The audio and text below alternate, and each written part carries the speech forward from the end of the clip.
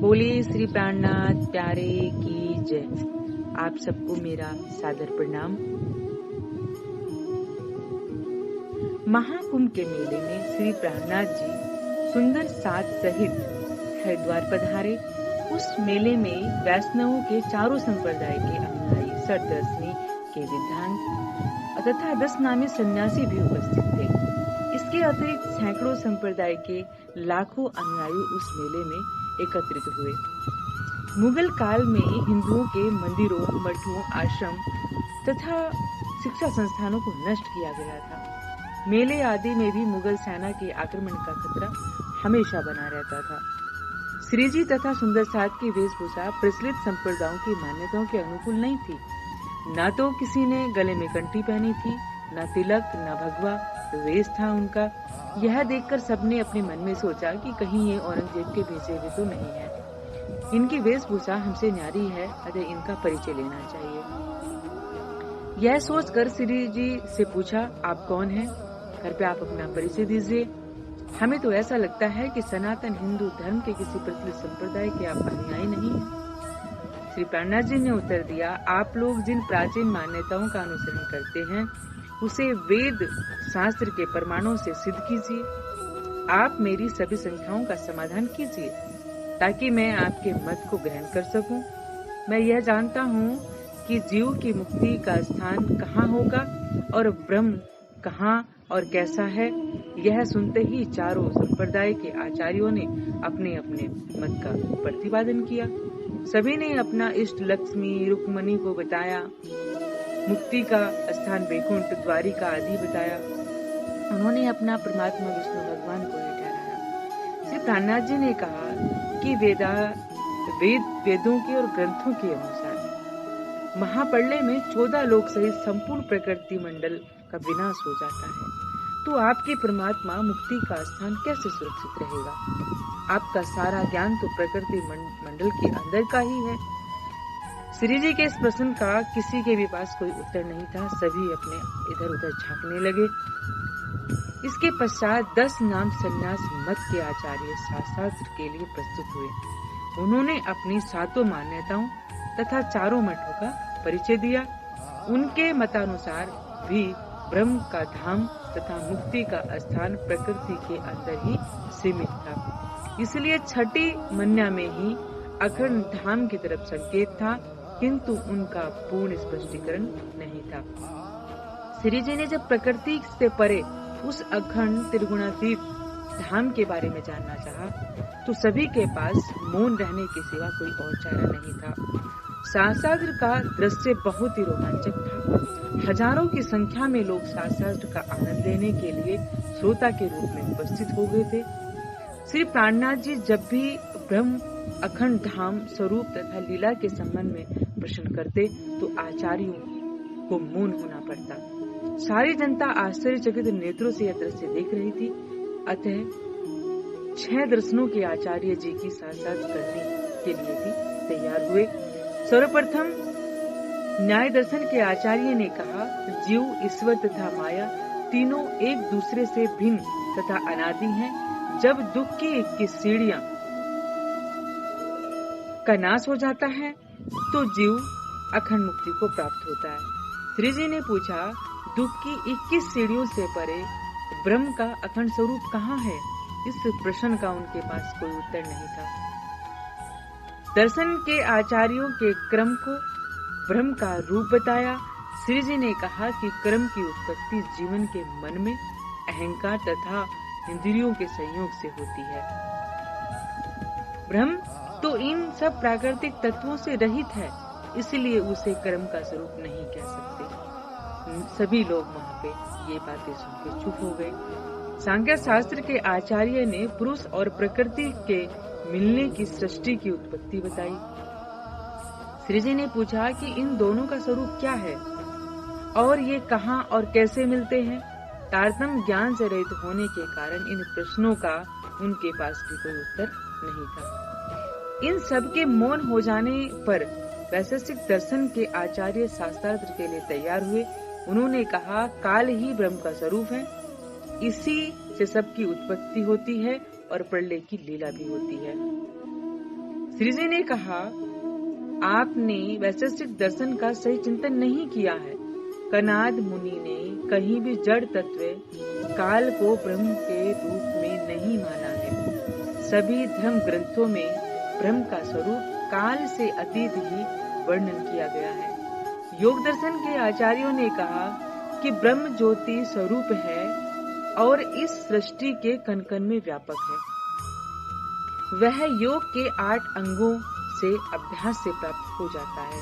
श्री प्राणनाथ जी ने कहा कि ब्रह्म सत्य, चित्त और आनंद का स्वरूप है तथा जगत असत्य, जड़ और दुख का रूप है। इस प्रकार ब्रह्म का अखंड स्वरूप इस मायावी जगत के कण कण में व्यापक नहीं हो सकता। दोनों का स्वरूप अलग अलग है। वेदांत के सिद्धांत के साथ श्री जी प्राणनाथ जी का साक्षात्कार हुआ। वेदांत के विद्वानों ने कहा कि सब कुछ ब्रह्म का ही स्वरूप है। ब्रह्म के अंदर माया तथा माया के अंदर ब्रह्म व्यापक है। श्री जी ने कहा कि यदि सब कुछ ब्रह्म का ही स्वरूप है तो किसी को भी अज्ञानी नहीं होना चाहिए। फिर वेद शास्त्र के ज्ञान की आवश्यकता ही क्या है? जिस प्रकार सूर्य के अंदर अंधकार तथा अंधकार के कण में सूर्य की उपस्थिति नहीं हो सकती, उसी प्रकार ब्रह्म के अंदर माया तथा माया के कण कण में ब्रह्म व्यापक नहीं हो सकता। श्री प्राणनाथ जी के तीक्ष्ण तर्कों तथा वेद शास्त्र के प्रमाणों के समक्ष वेदांत के विद्वान असहाय हो गए। उन्होंने अपनी हार स्वीकार कर ली। सभी आचार्य आपस में विचार करने लगे कि ये कौन महापुरुष है जिन्होंने अकेले ही हम सबको हरा दिया। इनका परिचय लेना चाहिए। जब सबने मिलकर श्री जी का परिचय पूछा तो उन्होंने उत्तर दिया कि यदि आप मेरे विषय में जानना चाहते हैं तो कृपया पुराण संहिता, माहेश्वर तंत्र, वेद, सदाशिव संहिता, बुद्ध गीता तथा हरिवंश पुराण का अवलोकन करें। उसमें विदित हो जाएगा कि कलयुग के जिन ब्रह्म मुनियों के साथ श्री विजयानंद बुद्ध निष्कलंक स्वरूप में सच्चिदानंद पार ब्रह्म की शक्ति का प्रकटन होना लिखा है, वही मैं हूँ। फिर परीक्षा के उद्देश्य से सभी आचार्यों ने पारब्रह्म के धाम, स्वरूप, लीला, शिखा, सूत्र, सतगुरु आदि के बारे में पूछा। श्री जी ने धर्म ग्रंथों के प्रमाण के साथ सबका यथार्थ उत्तर दिया। सभी आचार्यों ने यह मान लिया कि यही सचमुच में श्री विजयानंद बुद्ध निष्कलंक स्वरूप हैं। उस रात्रि को एक विशेष घटना भी हुई। रात्रि में धूमकेतु तारा प्रकट हुआ और उस वर्ष 1 माह की कमी रही। धर्म ग्रंथों में विजयानंद बुद्ध निष्कलंक स्वरूप के प्रकट होने के संबंध में 2 निशान लिखे गए थे। ये दोनों निशान प्रकट होने पर सभी आचार्यों ने श्री जी को श्री विजयानंद बुद्ध निष्कलंक स्वरूप में माना। उनके नाम की बुद्ध की शाखा चलाई गई तथा ध्वज फहराया और उनकी आरती भी उतारी गई। उस समय प्रबंध का संपूर्ण उत्तरदायित्व गरीबदास के ऊपर था। श्री लालदास जी के ऊपर संपूर्ण धर्म ग्रंथों के रखरखाव की जिम्मेदारी थी। 4 माह के पश्चात हरिद्वार के इस महाकुंभ मेले से चलकर श्री प्राणनाथ जी दिल्ली पहुँचे तथा सब सुंदर साथ को उनके दर्शन का लाभ मिला। श्री प्राणनाथ जी ने सुंदर साथ की सुरक्षा को ध्यान में रखते हुए बच्चों, स्त्रियों तथा वृद्धों को किसी सुरक्षित स्थान पर रखने का निर्णय किया। इन्हें लेकर श्री जी प्राणनाथ जी अनुपम शहर आए। एक हवेली में सबको ठहरा दिया गया। तत्पश्चात श्री जी पुणे दिल्ली वापस चले गए। श्री जी ने दिल्ली में बिहारी जी को एक पत्र लिखा तथा आशाजित वकील के विचार विमर्श किया। जब उसे मोहम्मद साहब तथा नारायण की पहचान बताई तो उसका ईमान टूट गया और बोला, आप लोगों को मृत्यु का थोड़ा भी डर नहीं है। औरंगजेब के इस इस्लामी साम्राज्य में शरीयत को चुनौती देना मौत को निमंत्रण देने के समान है। मैं इस कार्य में अपेक्षित सहयोग नहीं दे सकूंगा। इसके पश्चात औरंगजेब के दरबार में शेख सुलेमान से बातचीत की गई। पहले दो बार श्री जी से मिल चुका था। वह श्री जी की कृपा से लोहा से सोना बनाने की कला जानता था। सुंदर साथ ने शेख सुलेमान को यह लिखित रूप में दे दिया कि यदि तुम औरंगजेब बादशाह से हमारी भेंट करवा दोगे तो लोहे को सोना बनाने वाले तुम्हारे हुक्म पर चलेंगे। हिंदू और मुसलमान आपस में मिलजुल कर रहेंगे तथा अल्लाह ताला की मेहर से तुम्हें हजरत मोहम्मद रसूल अल्लाह का भी दीदार हो जाएगा। इस प्रकार के लिखित उत्तर पाकर शेख सुलेमान अंदर ही अंदर भय के कारण कांप उठा। उसने अपने मन में सोचा कि आखिर ये लोग इतने आत्मविश्वास से क्यों कह रहे हैं। अपने भावों को छिपाते हुए उसने कहा कि यदि बादशाह श्री प्राणनाथ जी के चरणों में चला जाएगा तो इतने बड़े देश में हुकूमत कौन करेगा। तब सुंदर साथ ने स्पष्ट किया कि श्री जी के लिए दुनिया का राज्य निरर्थक है, उन्हें धर्म की बादशाहत के सिवा और कुछ नहीं चाहिए। इस बात को सुनकर शेख सुलेमान और अधिक डर गया। इसकी दृष्टि जब सारे हिंदुस्तान के साम्राज्य की मिट्टी के बराबर है तो औरंगजेब से इसकी वार्ता हो जाना इस्लामी शरीयत के लिए खतरे की घंटी है। श्री जी ने लालदास जी तथा गोवर्धन जी को आदेश दिया, तुम किसी मुल्ला से यह पूछो कि कुरान में हमारे लिए क्या क्या साक्ष्यां हैं। दोनों ने जब पास की मस्जिद में जाकर मुल्ला से बातचीत की तो पता चला कि उसमें तो हमारी साक्ष्यां हैं। ब्रज रास और जागनी के रूप में लैलतुल कद्र के 3 तरकार का वर्णन है, खोज कोसर का वर्णन है और पुराण संहितों में वर्णित जमुना जी की शोभा का भी वर्णन है। इस तरह का वर्णन सुनकर लालदास जी तो रोमांचित हो उठे, किंतु गोवर्धन के अंदर यह भय समा गया कि कुरान में साक्षी मिल जाने के पश्चात तो निश्चित रूप से औरंगजेब से वार्ता करनी पड़ेगी, जिसका परिणाम मौत को निमंत्रण देना है। गोवर्धन ने अपना भय प्रकट करते हुए कहा, हमें श्री जी से यह कभी नहीं बताना चाहिए कि कुरान में परमधाम की साक्षी है। लालदास जी बोले, श्री जी का स्वरूप हमारे लिए साक्षात अक्षरातीत का स्वरूप है, उनमें से किसी भी प्रकार का छुपाव नहीं कर सकते। गोवर्धन ने प्रतिरोध किया, यदि हम ये सारी साक्ष्यां श्री जी को बता देंगे तो पैगाम देने हमें ही भेजा जाएगा, जिसका परिणाम यह होगा कि हमारी गर्दनों पर शरीयत की तलवार पड़ेगी। लालदास जी का चेहरा तमतमा उठा। वे बोले, धिक्कार है तुम्हारे ईमान पर, तुम धामधनी श्री प्राणनाथ जी पर विश्वास नहीं रखते, उन्हें तुम मरने वाला समझते हो। गोवर्धन ने अपना पक्ष रखा, तुम्हें अपने ईमान पर आरोप लगाने का क्या अधिकार है। यदि मेरे दिल में ईमान नहीं होता तो अब्बासी बंदर से यहाँ तक मैं क्यों आता।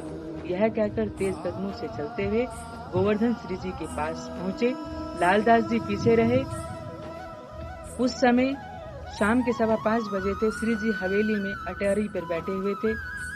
गोवर्धन ने श्री प्राणनाथ जी के चरणों में प्रणाम किया और बोला कि धामधनी, कुरान में हमारे ब्रह्मधाम की सारी साक्ष्यां हैं। उसमें जमुना जी, हौज कोसर, रंग महल का वर्णन है। हमें तो अब औरंगजेब को चुनौती देकर कहना चाहिए कि अब तुम्हारी शरीयत की हुकूमत नहीं चलेगी। तुमने धर्म के नाम पर बहुत अधिक। अभी वे इतना कह ही पाए थे कि लालदास जी भी वहीं पहुंच गए। उन्होंने गोवर्धन की काफी बातें सुन ली और श्री जी को प्रणाम करने के पश्चात बोले कि हे धामधनी, आपको हम पर कभी भी पूर्ण विश्वास नहीं करना चाहिए, क्योंकि हमारा ईमान आपके सामने कुछ और होता है और पीठ पीछे कुछ और होता है। यह सुनते ही गोवर्धन जी का पारा साथे आकाश पर पहुंचा। उन्होंने अंगारे बरसाते हुए कहा, लालदास, यह आपका अहंकार है जो मात्र अपने को ही आप श्री जी का ईमान रखने वाला समझते हो। आप मुझे सबकी दृष्टि में गिराने के लिए इस प्रकार खुल्लम खुल्ला आरोप लगा रहे हैं। मैं श्री जी को धोखे में नहीं रख रहा हूँ। लालदास जी बोले, चोर की दाढ़ी में तिनका होता है। मैंने कभी आपका नाम तो लिया ही नहीं। गोवर्धन झल्ला उठे। नाम लेने या ना लेने से क्या होता है, आपके कहने का आशय तो मैं समझ ही रहा हूँ। लालदास जी ने उत्तर दिया, तो क्या आप मस्जिद से लौटते समय कह नहीं रहे थे कि यह बात श्री जी को नहीं कहनी चाहिए, नहीं तो हम अपनी जान जोखिम में डालकर औरंगजेब को पैगाम देने के लिए जाना पड़ेगा। यह सुनते ही गोवर्धन भट्ट को गुस्सा आया तो वह श्री जी के सामने ज्यादा नहीं बोले और न ही उनका कुछ बोलने का साहस हुआ। जिस पर विश्वास न हो उस पर तो विश्वास करना ही नहीं चाहिए, किंतु जिस पर विश्वास हो उस पर भी अति विश्वास करना चाहिए, अन्यथा यदि उसने धोखा दे दिया तो जड़ से ही नाश हो जाता है। उन दोनों का झगड़ा देखकर श्री प्राणनाथ जी ने मन में सोचा कि जिन पर मैं इतना विश्वास करता हूँ, यदि वही इस धोखे की भावना रखते हैं तो जागनी कार्य आगे कैसे बढ़ेगा। इस तरह चिंतन करते हुए श्री जी मुखारविंद से इतना तेज छा गया जैसे बिजली चमक रही हो। उस समय किसी के पास इतना सामर्थ्य नहीं था कि वह श्री जी के मुख की तरफ देख पाता। थोड़ी देर के पश्चात श्री जी गंभीर और ओजस्वी वाणी सुनाई दी। लालदास, मैं तुम्हें सभी ग्रंथों के भेद स्पष्ट करने की शोभा देता हूँ। भीम भाई तथा मुकुंद दास, तुम दोनों उदयपुर चले जाओ। मैं तुम्हें जागृत बुद्धि तथा श्रीमुख वाणी के गूढ़ रहस्यों को खोलने की शोभा देता हूँ। गोवर्धन भट्ट, तुम सूरत चले जाओ, वहाँ महंत बनकर आराम से रहना। शेख बदल, तुम्हारे साथ हुक्म की शक्ति रहेगी। मैं अब अनुपम शहर जा रहा हूँ, तुम लोगों के भरोसे जागने कार्य नहीं हो सकता। सभी सिर नीचा करके सुनते रहे, किसी में भी बोलने का कोई साहस नहीं था। उस समय आषाढ़ का महीना था, तेज मूसलाधार वर्षा हो रही थी। उसी समय श्री प्राणनाथ जी ऊंट गाड़ी पर प्रातःकाल बैठकर अनुपम शहर के लिए प्रस्थान कर दिया। मार्ग में श्री जी बार बार उनको बहुत परेशानी होने लगी, शरीर की स्थिति कुछ बिगड़ने लगी। मानिक भाई ने औषधि दी किंतु कोई विशेष सुधार नहीं हुआ।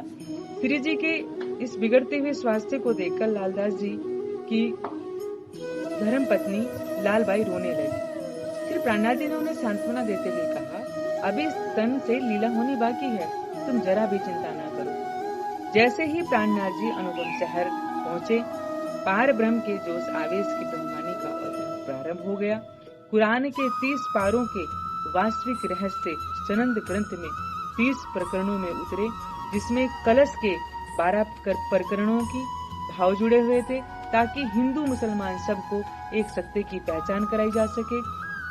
इस संबंध में ग्रंथ के अवतरण से कुरान का वास्तविक ज्ञान हिंदुस्तानी भाषा में उपलब्ध हो गया, जिससे सुंदर साथ की सभी भ्रांतियां मिट गई तथा जागने कार्य को एक नई दिशा मिल गई। अनुपम शहर में श्री प्राणनाथ जी ने शेख बदल को बुलाकर कहा, शेख बदल, यह जो सनंद ग्रंथ है, इसे भी इसी तरह से यदि तुम औरंगजेब को सुनाओ तो निश्चित ही उसकी आत्मा जागृत हो जाएगी, क्योंकि इसमें कुरान के अनसुलझे रहस्यों को बहुत सरल तरीके से समझाया गया है तथा इस्लाम के शरीयत पक्ष को हटाकर सबके कल्याणकारी रूप में प्रस्तुत किया गया है। जो आज्ञा धाम धनी कहकर शेख बदल विदा हुए। उनके सिर पर सनंद की वाणी थी तथा दिल में औरंगजेब के लिए पैगाम देने की उमंग थी। शेख बदल ने शुक्रवार के दिन ईदगाह में जाकर उच्च स्वर में सनंद की वाणी का गायन प्रारंभ कर दिया। लोगों ने सावधानी से उसे सुना तो जरूर, लेकिन सबकी जुबान पर यही सब थे। बातें तो यह बिल्कुल सच हैं, किंतु हिंदुस्तानी भाषा में होने के कारण हमें स्वीकार नहीं, क्योंकि शरीयत हमें इसकी जरा भी इजाजत नहीं देती। शेख बदल को यह शब्द सुनकर ऐसा लगा जैसे किसी ने उनके अंदर से उन्हें झकझोर दिया हो। उन्होंने अपने मन में सोचा कि क्या इनके लिए शरीयत अल्लाह ताला से भी बढ़कर है? क्या खुदा और उसका धर्म कुछ विशेष भाषा, विशेष वर्ग के दीवारों में कैद रहता है? यदि इन्हें अक्षरातीत की वाणी पर भी इसलिए विश्वास नहीं आ रहा है कि यह हिंदुस्तानी भाषा में है, तो इनकी संकुचित बुद्धि पर मुझे तरस आ रहा है। यह महत्वपूर्ण बात थी कि सूर्य की धूप केवल बर्फ को ही पिघला सकती है, काले पत्थर को नहीं। काले पत्थर तो धूप में और अधिक काले हो जाते हैं। 2-4 दिन के पश्चात श्री प्राणनाथ जी अनुपम शहर से दिल्ली आ गए। शेख बदल को बुलाकर उन्होंने सारा वृतांत पूछा। शेख बदल ने कहा, धाम धनी, मैंने ईदगाह में जाकर सबको सनंद की वाणी सुनाई, लेकिन इन लोगों के अंदर कुफ्र है। इनको अल्लाह ताला से कुछ और लेना देना नहीं है। ये मात्र नाम के मुसलमान हैं। ये हिंदी भाषा में ही सब कुछ सुनने के लिए तैयार हैं। पुनः श्री जी लालदास जी तथा गोवर्धन भट्ट जी ने कहा कि तुम दोनों शेख सुलेमान के पास जाकर बातचीत करो। दोनों शेख सुलेमान के पास गए और सारी बातें की, लेकिन उनके मन में खोट था। वह तरह तरह के बहाने बनाने लगे। कभी कहते कि आप लोग धोती पहनते हैं, बादशाह इस तरह के हिंदू वेश को धारण करने वालों की बात नहीं करते हैं। कभी कहता कि मैं आज मिलूंगा, कभी कहता मैं कल मिलूंगा। इस तरह से टाल मटोल की नीति अपनाते हुए उन्होंने 2 माह निकाल दिए। जब यह स्पष्ट हो गया कि शेख सुलेमान औरंगजेब से मिलवाने वाला नहीं है, तो सुंदर साथ सहित श्री जी प्राणनाथ जी लाल दरवाजा छोड़कर सराय रोहिला खान मोहल्ले में आ गए। वहां सर्वसम्मति से यह निर्णय लिया गया कि कुरान की वास्तविकता को फारसी भाषा में लिखा जाए। तब दयाराम के माध्यम से मुल्ला कलाम को बुलाया गया। श्री जी के निर्देशन में शेख जी तथा मीर जी को वार्ता लिखी गई, जिसमें कुरान के वास्तविक सत्य को उजागर किया गया था। उनकी जिल्तें बनाकर औरंगजेब के सभी नजदीकी लोगों तक पहुंचाई गई, लेकिन शरीयत की दीवारों से अपना सर टकराने से भला सत्य को कैसे स्वीकार किया जा सकता था। औरंगजेब बादशाह के पीर का नाम था शेख निजाम। सुंदर साथ कई दिनों तक उनके यहाँ गए, लेकिन न तो उनमें कुछ आध्यात्मिक भावना थी और न ही उनमें किसी भी कार्य को करने की कोई रुचि। चांदनी चौक में सूरत का एक सौदागर रहा करता था। वह एक दिन श्री प्राणनाथ जी का दर्शन करने आया। दर्शन के उपरांत उसने बताया कि उसके पास दज्जाल नामा नामक एक ग्रंथ है। उसे लेकर लालदास जी प्रतिदिन एक बार उसके निवास पर जाते। वह इधर उधर की बातें करता तथा कल देने का वादा करके टाल मटोल कर देता। आखिरकार उसने स्पष्ट मना ही कर दिया, लेकिन तस्वीर हुसैनी का जिक्र किया। लालदास जी ने पूछा, उसमें क्या वर्णन है? उस व्यापारी ने उत्तर दिया कि कुरान का फारसी भाषा में अनुवाद है। जब यह बात लालदास जी ने श्री जी को बताई, तो श्री जी का आदेश हुआ, लालदास जी जैसे भी हो उस तस्वीर हुसैनी को यहाँ लेकर आओ। लालदास जी उसके यहाँ 4 बार गए, किंतु वह हमेशा कोई न कोई बहाना बना देता। अंत में लालदास जी ने निराश होकर कह दिया कि धाम धनी वह देना ही नहीं चाहता, इसलिए प्रतिदिन जाने पर कोई न कोई नया बहाना बना लेता है। झूठी बहानेबाजी अधर्म है। शालीन भाषा में कही हुई स्पष्टवादी और कल्याणकारी ही होती है। दयाराम जी वहीं पर बैठे थे, दिल्ली के चप्पे चप्पे से परिचित थे। उन्होंने श्री जी से विनती की, यह सेवा मुझे दे दी जाए। मैं यहाँ के लोगों की मानसिकता से परिचित हूँ। आपकी कृपा से यह कार्य बहुत आसानी से हो जाएगा। श्री जी ने तफसीर हुसैनी की, मुझे बहुत सारी बातें पता है, तुम शीघ्र ही वहाँ चले जाओ। जो आज्ञा कहकर दयाराम जी चल पड़े। दयाराम जी व्यापारी थे। उनका व्यापार बाहर के मुसलमानों से हुआ करता था। उर्दू बाजार में जहाँ तफसीर हुसैनी बिकती थी, वे वहाँ पहुँचे। दिल्ली से बाहर के एक मुसलमान व्यापारी का नाम लेते हुए उन्होंने पुस्तक विक्रेता से कहा, उस व्यापारी का पत्र आया था, उन्हें तफसीर हुसैनी चाहिए, उनको बहुत सख्त जरूरत है, अतः उन्होंने मुझसे ही मंगवाई है। दुकानदार ने कहा 40 रुपए लगेंगे। दयाराम बोले कुछ छूट दीजिए। आखिर में कुछ 38 रुपए में उसने वह किताब दे दी। राह में चलते हुए दयाराम सोच रहे थे कि तफसीर हुसैनी को प्राप्त करने के लिए मुझे सत्य की मर्यादा का उल्लंघन करना पड़ा, किंतु यदि मैं ऐसा नहीं करता तो इस हिंदू वेश में होने वाली के कारण किसी भी स्थिति में यह ग्रंथ प्राप्त नहीं होता। धर्म यथार्थ निष्काम भाव से किए गए इस कार्य से उन्हें संतोष था। दयाराम जी श्री जी के करकमलों में तस्वीर हुसैनी सौंप दी। श्री जी ने उसे देखकर बहुत खुश हुए। अब मुल्ला कायमुल्ला से तफसीर हुसैनी को पढ़ना शुरू किया। जब 30वें पारे की इन्ना इनुंजा सूरत पढ़ी तो ब्रजराज तथा जागनी ब्रह्मांड की साक्षी मिली। जब इन्हा आतेना सूरत पढ़ी तो परमधाम की यमुना जी तथा भोज कोसर का वर्णन मिला। इसे सुनकर श्री जी इतने खुश हुए कि 3 दिन तक लगातार सुनते ही रहे। कुरान में परमधाम के सांकेतिक वर्णों की बात पन्नों के द्वारा ही भिजवा दी गई। बिहारी जी तक यह सूचना पहुंची गई थी कि हरिद्वार में महाकुंभ में श्री प्राणनाथ जी को सभी आचार्यों श्री विजयानंद बुद्ध निष्कलंक स्वरूप मानकर उनकी आरती उतारी। अब बुद्ध जी का शाखा भी प्रारंभ हो गया है। उन्होंने सोचा कि जिस मिहिरराज को समाज में बहिष्कृत किया गया, वे आज संसार में पूजित हो रहे हैं तथा मैं गद्दी पर बैठकर एक सीमित दायरे में रह गया हूँ। श्री जी मिहिरराज इस समय तो इतनी ऊंचाई पर पहुँचे हैं सतगुरु धनी श्री देवचंद जी के आशीर्वाद से मैं तो उनकी गद्दी पर बैठा हूँ, लेकिन वे मेरा हुक्म न मानकर स्वयं को ही बड़ा बनाते जा रहे हैं। ऐसा कब तक चलेगा? मिहिरराज से विरोध लेने से कोई लाभ तो नहीं है। स्थान का खर्च चलाने के लिए भी धनाभाव है। ऐसी स्थिति में उनसे मेल कर लिया जाए तो समझा बुझाकर गादी के अधीन रहकर जागनी करने के लिए कहा जाए तो एक ही तीर से दो निशाने सज जाएंगे। एक तो मैं बड़ा बना रहूंगा और दूसरा धन की कमी भी नहीं रहेगी।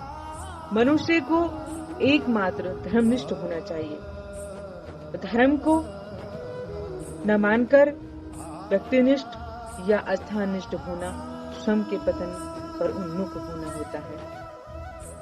मन में यही भावना रखकर श्री जी को समझाने के उद्देश्य से नौतनपुरी से प्रेमदास नागजी तथा संगजी आए।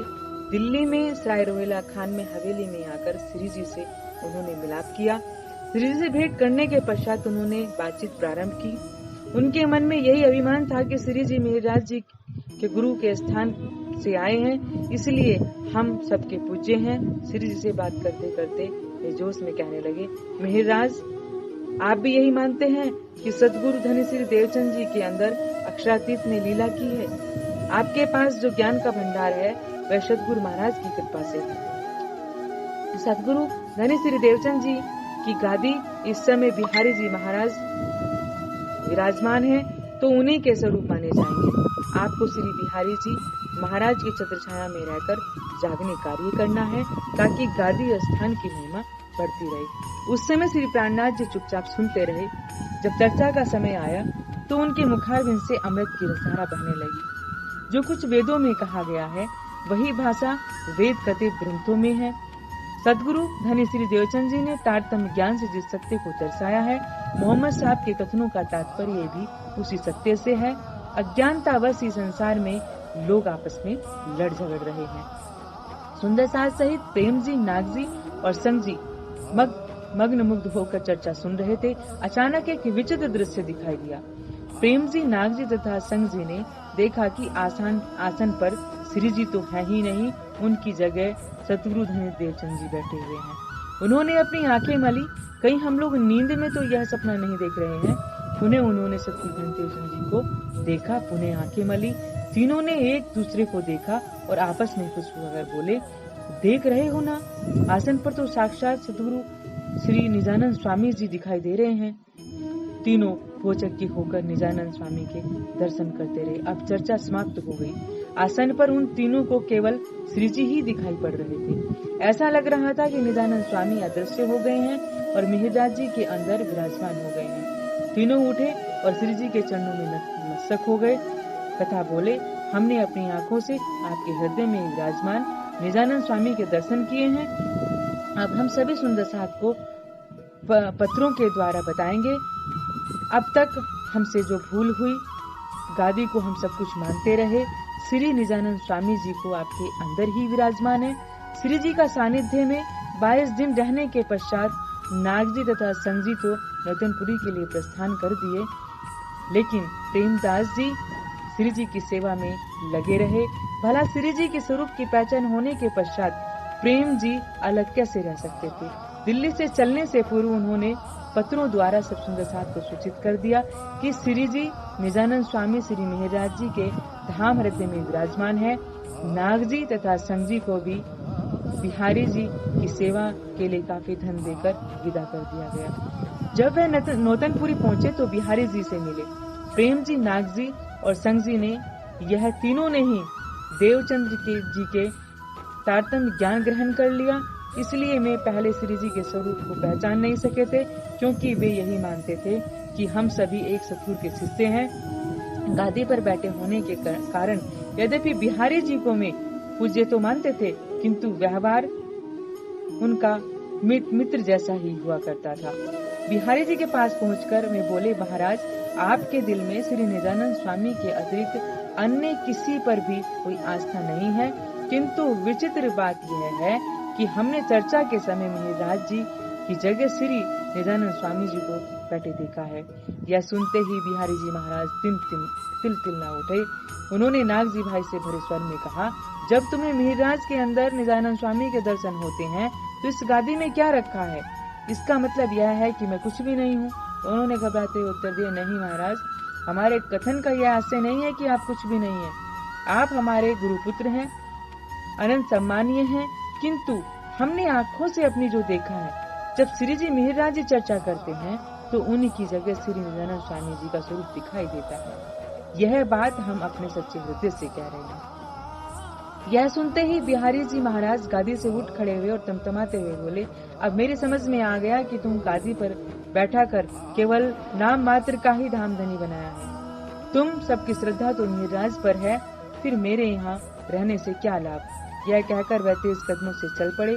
नागजी और संगजी के अतिरिक्त कुछ अन्य सुंदर साथ भी वहाँ थे। सभी सुंदर साथ बिहारी जी को मनाने के लिए उनके पीछे पीछे गए। कुछ दूर जाने पर उन्होंने बिहारी जी के कदमों पर अपना सर रख दिया और प्रार्थना करके बोले, हे धामधनी, हमें छोड़कर मत जाइए, चलकर गादी पर विराजमान हो जाइए। बिहारी जी महाराज बरस पड़े, तुम्हारे अक्षातीत तो मिहिरराज हैं, उन्हें ही जाकर बिठाओ, मेरा तुम्हारा अब कोई रिश्ता नहीं है।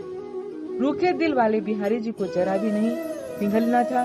तब नागजी और सांगजी ने उनके पांव पकड़कर कहा, ये धामधनी, ये बातें भूलवश हमने क्या दी, हमें क्षमा कीजिए। आपके सिवाय हमारा दूसरा कोई अक्षातीत नहीं हो सकता। एक तो आप गादी पर विराजमान है, दूसरे सतगुरु महाराज के सुपुत्र हैं, भला आपके सामने मिहिरराज कहाँ ठहरेंगे। सबकी बातों को अनसुना करते हुए बिहारी जी आगे चलते गए और एक गुप्त स्थान देखकर ठहर गए। 3 दिन तक वहीं रहे। सारा सुंदर साथ उनके इस व्यवहार से बहुत दुखी था। सबने कातर स्वर में 3 दिनों तक उनकी प्रार्थना की।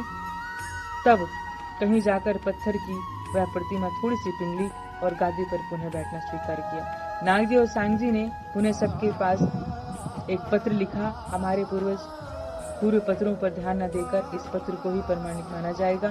श्री निजानंद स्वामी कादीपात बिहारी जी महाराज के अंदर विराजमान है। श्री जी पर ईमान लाने की कोई आवश्यकता नहीं है। साय रोहिला खान में हवेली में इस विषय में गहन चिंतन हुआ कि औरंगजेब तक पैगाम पहुंचाने के लिए अब हमें क्या करना चाहिए। औरंगजेब के दरबारी रिजवी खान ने यहाँ 10-20 दिन तक गए, उनसे कुरान संबंधी बातें भी की, लेकिन उन पर उनका कोई असर नहीं हुआ। तो औरंगजेब के पीर शेख निजाम के यहाँ 1 माह तक सुंदर साथ जाकर सत्संग करते रहे, लेकिन चिकने घड़े की तरह उन पर कोई असर नहीं हुआ। शेख वाजिद नामक एक फकीर के यहाँ भी 10 बार जाकर क़यामत की बातें सुनाई, लेकिन नतीजा वही ढाक के तीन पात्र रहे। इसी प्रकार औरंगजेब के हिंदू दरबारी सागर मल के यहाँ 10 बार गए, उन्हें धर्म रक्षा हेतु प्रेरित करने का प्रयास किया, किंतु सफलता नहीं मिली। इसी प्रकार दिल्ली के दरबार में अनेक प्रभावशाली लोगों के यहाँ सुंदर साथ गए, ताकि किसी भी तरह से आध्यात्म के वास्तविक सत्य को उजागर करके संसार की कटुता को दूर किया जा सके। लेकिन इस मायावी जगत में सत्य की आवाज को सुनने वाले बहुत ही कम लोग होते हैं। लक्ष्मी की सवारी उल्लू कही जाती है। जिस प्रकार उल्लू या चमगादड़ को दिन में दिखाई नहीं देता, उसी प्रकार धन के मतवाले और भोग विलास में फंसे हुए मनुष्यों को सत्य और ज्योति या तो दिखाई नहीं देती या फिर बहुत कम दिखाई देती है। बातचीत के माध्यम से कार्य में सफलता देखकर यह निर्णय लिया गया कि अब नलुआ पत्र लिखकर भेजा जाए, तभी पैगाम पहुंचाया जा सकता है। साय रोहिला खान में सुंदर साथ सहित श्री जी 4 माह तक रहे। इसके पश्चात चांदनी चौक में आकर दूलीचंद की हवेली में ठहरे। उन्हें कुरान की चर्चा करते हुए देखकर आसपास के हिंदुओं ने शोर मचाना शुरू कर दिया। सबने यह कहना शुरू कर दिया कि ये लोग वेशभूषा में तो हिंदू हैं, किंतु कुरान की चर्चा करते हैं। इनको अपनी हवेली में नहीं ठहरने दिया जाना चाहिए, नहीं तो यह हमारे धर्म को भ्रष्ट कर देंगे। धर्म और अध्यात्म के मूल तत्व से कोसों दूर कर्म कांडियों के लिए छुआछूत ही धर्म होता है। इनके लिए आध्यात्म के चरम लक्ष्य तक पहुंचना खरगोश के सींग और आकाश के फूल की तरह दुर्लभ है। तब सब सुंदर साथ उस हवेली को छोड़ दिया। वह एकांत स्थान पर बैठकर 5 पत्र तैयार किए। इन पत्रों में कुरान हदीसों की साक्ष्य देकर कियामत के 7 निशान भी प्रकट होने की बात की गई। उनमें लिखा था कि कियामत के 7 निशानों में से एक है दाभातुल अर्ज जानवर का प्रकट होना। प्रकृति के नियम के विरुद्ध ऐसा कोई जानवर पैदा नहीं होगा जिसकी आंखें सुअर की हो, कान हाथी के हो, छाती शेर की हो, पीठ गीदड़ की हो तथा सिर पर पहाड़ी बैल के सींग हो। वस्तुतः मनुष्य की प्रवृत्ति पशुओं के लक्षण का आ जाना ही दाभातुल अर्ज जानवर का प्रकट होना है। सुअर की तरह कुदृष्टि, हाथी की तरह बुरी बात को सुनना, शेर की भांति कठोर हृदय वाला, गीदड़ की तरह धर्म से दूर रहना तथा पहाड़ी बैल की तरह झगड़ा करते ही रहना दाभातुल अर्ज जानवर के प्रकट होने की निशानी है। दूसरा निशान सूर्य का पश्चिम मगरब में उगना। सूर्य तो पूरब में ही उगता है, कभी भी पश्चिम में नहीं उगता, किंतु परम धाम के ज्ञान का सूर्य सबसे पहले अरब में उगा। उसके विपरीत अर्थात भारतवर्ष में हिंदू तन में पार ब्रह्म की शक्ति का प्रकट होना, परम धाम का ज्ञान देना, यह सिद्ध करता है कि अब सूर्य पश्चिम में उगा हुआ है। मुसलमानों के लिए अंधेरा होने का तात्पर्य यह है कि हिंदू तन में प्रकट होने वाली पार ब्रह्म को मुसलमान नहीं पहचान पाएंगे तथा उन पर ईमान नहीं लाएंगे। तीसरा निशान काने दज्जाल का गधे पर सवार होना कहा जाता है कि दज्जाल का गधा इतना बड़ा है कि सातों समुद्रों का जल उसकी जांघों के बराबर आता है। यदि इतने बड़े गधे पर बैठा वह दज्जाल गिर पड़े तो दुनिया का क्या हाल होगा। वस्तुतः मोह सागर ही गधा है जिस पर विराजमान अजाजिल है। जीव सृष्टि के दिलों में इब्लिस की हुकूमत है। उसकी केवल बाहर की आंखें खुली हुई हैं, आत्मदृष्टि न होने के कारण उसे काना कहा गया है। मोहम्मद साहब मेहदी के प्रकट हो जाने पर आत्मिक दृष्टि न होने से खून की पैदाइश वाले संसारी जीव उनकी पहचान नहीं कर सकेंगे। चौथा निशान आजूज माजूज का प्रकट होना। भला नूह पैगंबर के पोते यासीन के बेटे मनुष्य के नस्वतन को क्यों खाएंगे? मनुष्य की उम्र 4 लाख सांसों वाली कही जाती है। इसी को 4 लाख में से कहा गया है। इसी की 3 फौजें हैं, प्रातः, दोपहर और सायंकाल। आजूज कहते हैं दिन को और माजूज कहते हैं रात्रि को। आजूज को 100 गज इसलिए कहते हैं कि दिन में मनुष्य की इच्छाएं 100 तरफ भागती हैं। माजूज को 1 गज का इसलिए कहते हैं कि रात्रि में सोते समय मनुष्य की प्रवृत्तियां एक तरफ ही रहती हैं। अष्ट धातुओं का बना हुआ यह शरीर जिसकी उम्र को दीवार कहा जाता है, इसे ही दिन रात मिलकर समाप्त कर देते हैं।